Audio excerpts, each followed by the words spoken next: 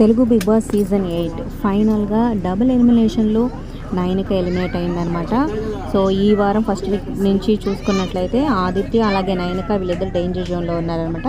So మొన్న Aditya eliminate అయితే ఇప్పుడు నైనిక ఎలిమినేట్ అయింది. ఇక గ్రాండ్ లాంచ్ 2.0లో సో 8 మంది వైల్డ్ కార్డ్ ఎంట్రీస్ రాబోతున్నారనమాట.